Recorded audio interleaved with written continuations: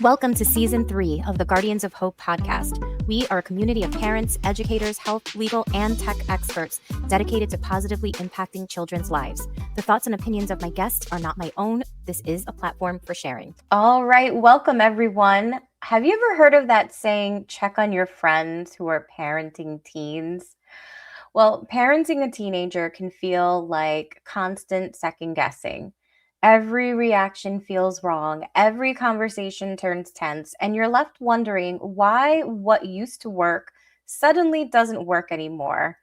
The eye rolls, the door slams, the emotional meltdowns over things that seem trivial. You try grounding them, taking away their phone, enforcing stricter rules, and somehow everything gets worse. Now, what if the problem isn't your teen? What if it's that we are completely misinterpreting normal adolescent development as defiance, disrespect, or dysfunction? Today, we're joined by Dr. Caswell, an adolescent psychologist, parent coach, and host of the podcast, Parenting Teens with Dr. Cam. Dr. Cam's insights around teen autonomy, emotional regulation, and misunderstood behaviors are transforming how parents approach the teenage years. Dr. Cam, welcome. I'm so excited to have you. I'm excited to be here. All right. Well, let's first start with your background and how you became known as the teen translator. So, like most things, it was a very circular. I didn't wake up one day and was like, I'm going to be the teen translator when I grow up. It was more about I loved psychology and went back to get my PhD in my 30s, actually. And I was teaching a class on adolescent psychology while I was doing that and had lots of adults because it was a night class. And they kept coming up to me going, everything you're teaching in this class is changing my relationship with my teens because I get them. I got at least one parent a class saying this. And I was like, why don't we know this stuff? Nobody has this information. And once you know it, it makes so much of the behavior that drives us nuts actually make sense, which gives us a sense of just relief.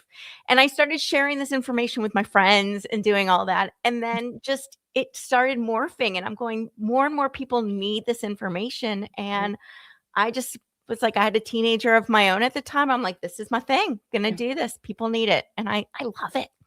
Yeah, well, it shows. And I'm so glad that you're here because I feel like so many parents feel like they're getting it wrong with their teenagers. A lot of my peers and people that I, hear from my audience, that conversations turn into conflict, strategies that worked when kids were younger suddenly backfire. And we as parents were left confused and defeated. So, from a developmental psychology perspective, what's actually happening in adolescence that makes us feel like we're suddenly speaking a foreign language? Well, here's the thing. We have conflicting goals during adolescence. Adolescence, like the primary goal at this time is establishing autonomy because they're breaking free and becoming an adult. They're in that process. So in order to become adult, they have to separate themselves and create their own identity. Who am I as a person separate from you? What do I believe? And so autonomy really makes them test boundaries, question things, all the things that drive us crazy. Now, our goal during adolescence hasn't changed since when they were little, and it's usually wrapped around compliance. I want my teen to do what I need them to do. I want them to behave the right way. I want them to be safe. I want them to speak respectfully. That's all. I want them to do what I want them to do. Well, that's in direct competition with autonomy. Right. So now we are set pounding, and this is why every single parent you talk to has the exact same complaints and struggles with their teen because it all comes down to that. It's such a delicate line. My goodness. So one of your viral posts that you talk about is 7 behaviors that parents often punish, but are actually signs of healthy development.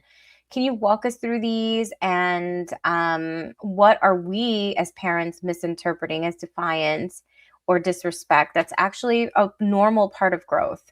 Well, there's a few things here. So, first of all, we have to understand that a lot of what we are feeling as defiance and disrespect is actually dysregulation and a way for them to protect when they feel like their autonomy or sense of free will is being challenged. And that is an instinct. It's not something they go in their brain and go, how can I be defiant to my parents today? It is I need to, this feels bad. I need to do something. And an eye roll is like a protective factor. It's like, I'm going to brush that off because that feels bad. Yeah. Now, what we do as parents is we respond to how that behavior makes us feel, not what the intent is that our teen has. We assume intent based on how we're feeling. And of course, that makes us feel disrespected because we have this belief, and understandably, that as their parents, we deserve respect. We deserve deference, right? And that they should do that. But there's no should in human nature, right? Right. That is whatever is a should is just our desire. And that doesn't mean they're going to do it, nor even should they do it, because often what we're trying to do is counter to what they need to do, or our goals or our priority conflicts with their priority.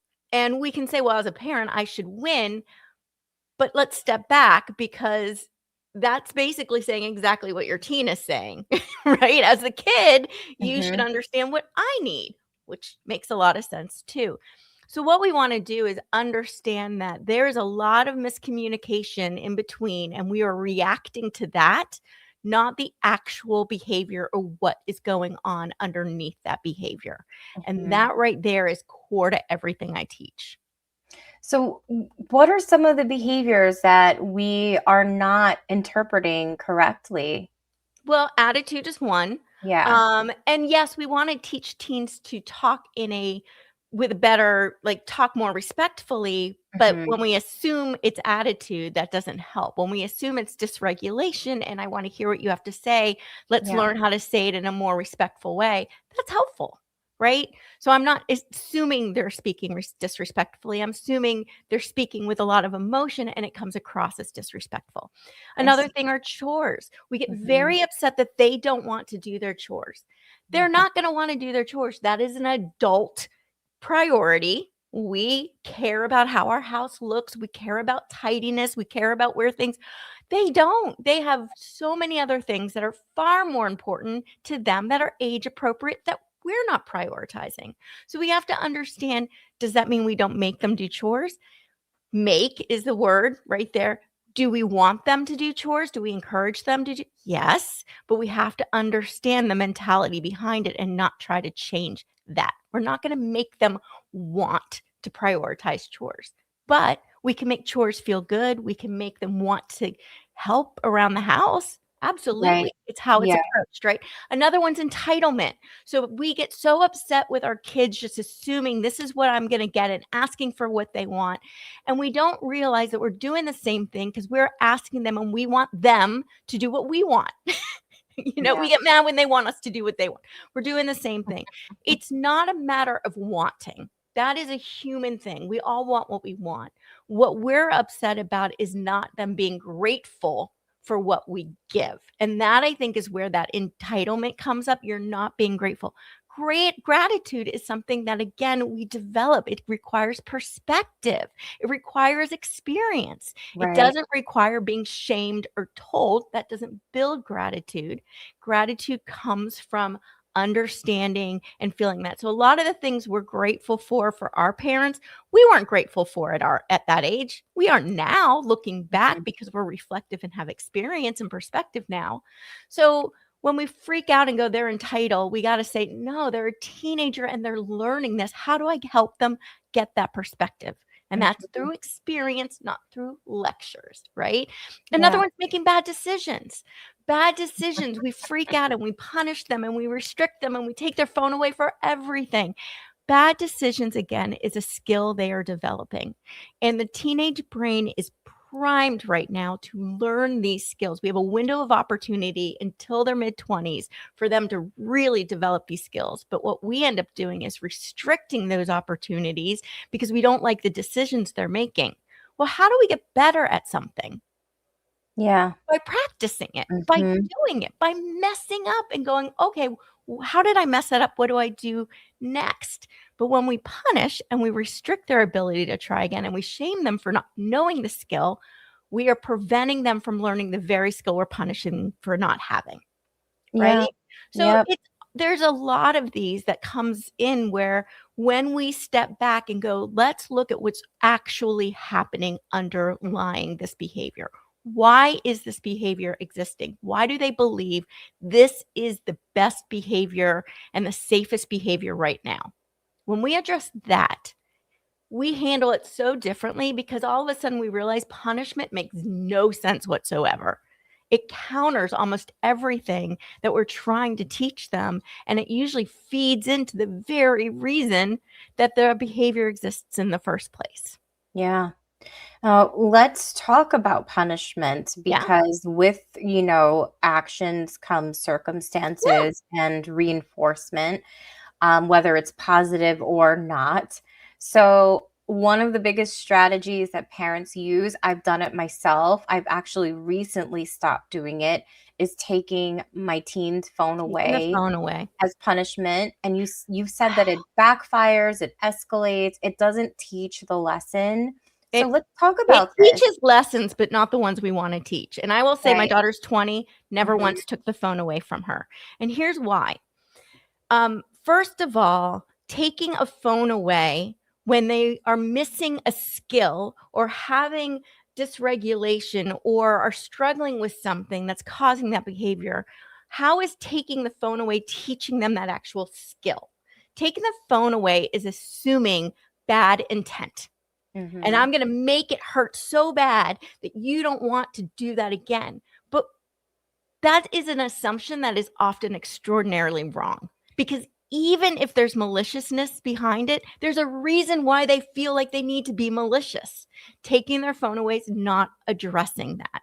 So we may get immediate compliance in the moment, but that compliance does not translate into a deeper sense of responsibility or values. That translates into I need to either hide from mom, sneak away from mom, avoid mom, right? Yeah. Or in that moment, maybe I will do it. But as soon as somebody else leaves, I'm not going to do it. So we're teaching short term compliance, which is called operant conditioning. And Mm. it is only works when those specific conditions are there. That's not Mhm. real world. They're not gaining anything. What it does build though is resentment Mhm. towards you. It rebuilds, like they will start pushing those things away and not wanting to do it. So we're building up and actually making the next time harder because we haven't taught what they need to do, make a better choice next time. We've just created resistance to making a better choice or wanting to cooperate with us. And that's Right. why it escalates. It gets really ugly. The other reason I do not use the phone is because when we restrict something, when that becomes the budget, the thing that we're like kind of holding over their head, the carrot or the stick, Yeah. we create a very strong sense of need for that, right? A Mhm. craving for that. It's the forbidden fruit. So all of a sudden, this phone that we're trying to teach them balance with, we are creating the mindset of this is something that is very important to have. Time with it equals good, time away from it equals bad. I don't want to develop that relationship with the phone for my daughter. I want her to have a healthy, neutral relationship with it, not an emotional one. We create that emotional relationship as soon as we use it as a bargaining chip. Yeah, that's such a great point, really. All right. Well, you talk about speaking teen and how small language shifts Mhm. between parents and teenagers um, can really help. So, can you give us some examples of what those shifts are I love that. and what parents are saying to shut teens down instead of keeping communication open? Yeah. So there's a lot of things. I think the first one is we want to shift from trying to fix. This is so hard for parents because it's like it's just in our DNA to fix and to stop them from feeling bad and to make them feel happy. And what we end up doing as soon as we say, you don't have to feel that way, it's not that bad, you're making a big deal, any of those things, what we're doing is invalidating what they're feeling, not stopping them from feeling that way. So they still feel that way. They just don't trust us to share that information with anymore. And teens have actually told me they'll even escalate the emotion if we're invalidating it at that point and don't get how meaningful it is to them. They will build it up even more until we get it. Right? Wow. So if we Yeah. validate it when it's right here and we say, yeah, I can see why you're upset. That like lets the air out of the tire, and it's just like, shh. Yes. But when we go, no, you don't have to be that way, or that's wrong, or now I'm building and building and building, right? So that's a big one. Another one is when we keep going, you are making me upset. You are pushing my buttons. You are you. So we are basically telling our teens they are responsible for us, for our emotions, for our happiness, for everything. No, they're not. No. That is not their responsibility at all. So we need to change that and go, I'm feeling really upset right now, so I'm going to step away.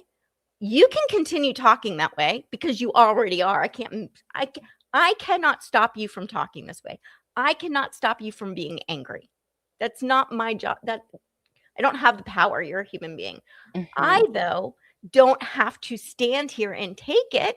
So I'm going to walk away if you don't want to say it a different way. Right? Yes. I do this with my teen a lot. I'll just say, you know what? If we continue this way, I'm just going to let you know right now, it's not going to end well. You're not going to like the outcome of this. You're not, right? So you can continue, but I'm just going to let you know. Yeah. And that changes everything because we're now taking accountability for us. We're not putting the responsibility of us on them. Yeah, it's a power shift too, really.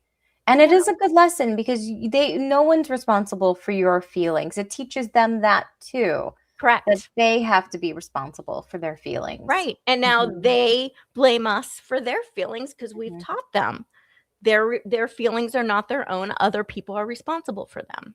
Yeah, correct.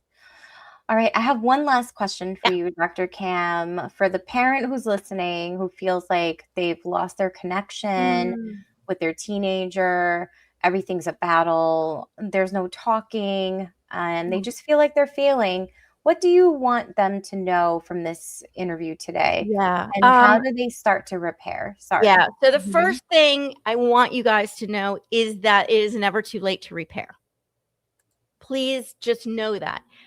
But understand that repair is not something that happens overnight. If you have been fighting for a year, it'll take probably a lot longer to repair that because we're undoing stories and patterns, right? So even if we change, it's going to take a while for our teen to trust that change, and they're going to need to see consistency. So what I would encourage you to do is decide today, I want a different relationship with my teen. All I can do is change the way I'm going to show up for my teen, and I'm going to be consistent about that. And my goal is to connect with them.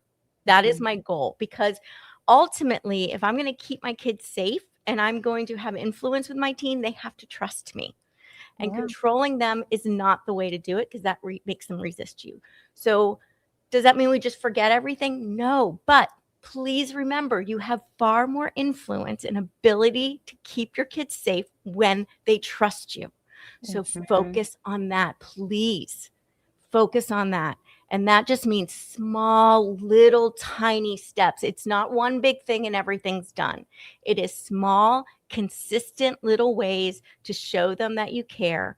Make sure it is in the language of love that your teen speaks, not you. So if you're a hugger and they don't like to be hugged, don't hug them. That won't help. If they like to play games and you're not a fan of it, but you want to build connection, go play games. Yeah. Right? Small, constant steps towards that connectedness and understanding them is huge. Yeah. I started watching a series with my son just to connect and talk more with him. So that really helped me. Huge. Yeah. Build more of a relationship with him. Yeah. Dr. Cam, tell us where we can find you online, like your website, your podcast. So if anyone wants to learn more about your work and anything that you do around teens, where they can go. Perfect. So you can find my podcast, Parenting Teens with Dr. Cam, on all the podcast platforms. I'm on Instagram every day at Dr. Cam Caswell. So you can follow me there. And my website is just Ask Dr. Cam, DRCAM, drcam.com. And you can find everything I do and offer and all the programs and courses and everything that I have for parents there. Fantastic. Thank you so much for your time today. I really appreciate it. Thanks for having me on. I enjoyed this.